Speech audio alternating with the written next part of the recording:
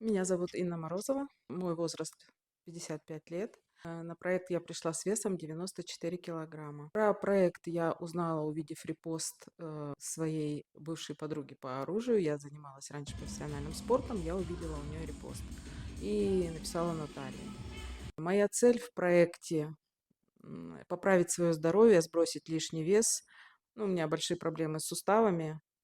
Я надеюсь, что, сбросив лишний вес, разработав суставы, моя жизнь станет лучше. Близкие, родные меня очень поддерживают. Неделя прошла хорошо, с питанием очень легко все. Тренировки тяжело очень переносятся. Ну, многие упражнения для меня, можно так сказать, что я не могу их выполнять в силу того, что суставы мне не позволяют это делать.